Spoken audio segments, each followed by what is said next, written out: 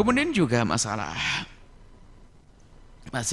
korban dan sebagainya. Korban sangat luar biasa, pahalanya gede. Tapi kita pun juga harus punya pertimbangan masalah skala prioritas di dalam beribadah ya. Tidak kita pungkiri korban itu termasuk syiar.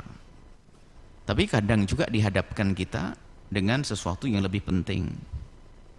Misalnya, saya harus korban. Selagi bukan nadar ya. Kalau nadar kan jadi wajib. Saya ingin berkorban.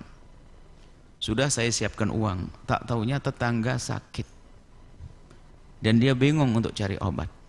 Maka jangan egois deh.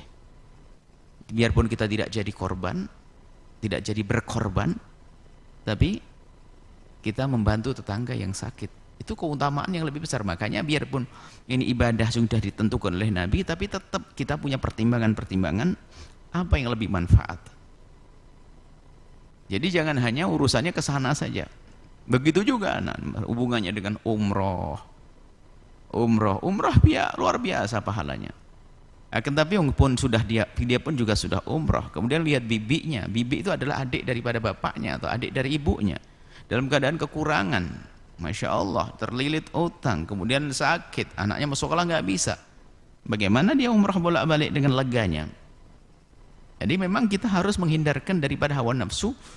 Nah, ini menonjolkan kembali masalah ta'abbudi. Bagaimana apa yang kita laksanakan beribadah dan karena Allah Subhanahu wa taala. Termasuk korban ini. Nah, korban. Jadi kalau memang ternyata di kampung kita sangat memerlukan bantuan, misalnya musola yang selama ini, madrasah yang selama ini digunakan untuk belajar, reot, ambruk, sebagainya, mungkin semuanya tidak usah berpikir tentang korban. Tidak semuanya. Sebagian berkorban, sebagian memikirkan tentang masalah musola atau madrasah yang ini adalah untuk mendidik anak-anak kaum muslimin. Nah, dalam keadaan normal, tentu normal ya sudah, yang dia seperti korban kan waktunya tidak luas, hanya terbatas di hari pertama tambah hari tasyrik.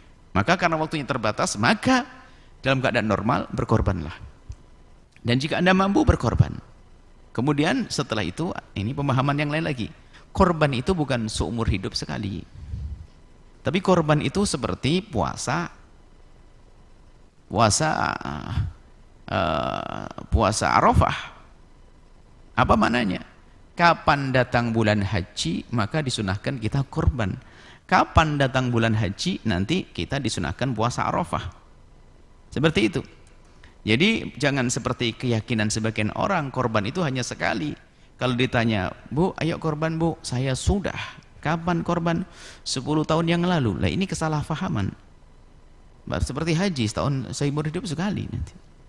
Baik, ini adalah masalah korban. Semoga kita di dalam melaksanakan ibadah apapun, kita tidak mendahulukan hawa nafsu kita, akan tapi kita akan mengerti mana atau sulamul aulawiyat atau yang disebut dengan skala prioritas, mana yang lebih didahulukan dalam kita melakukan kebaikan.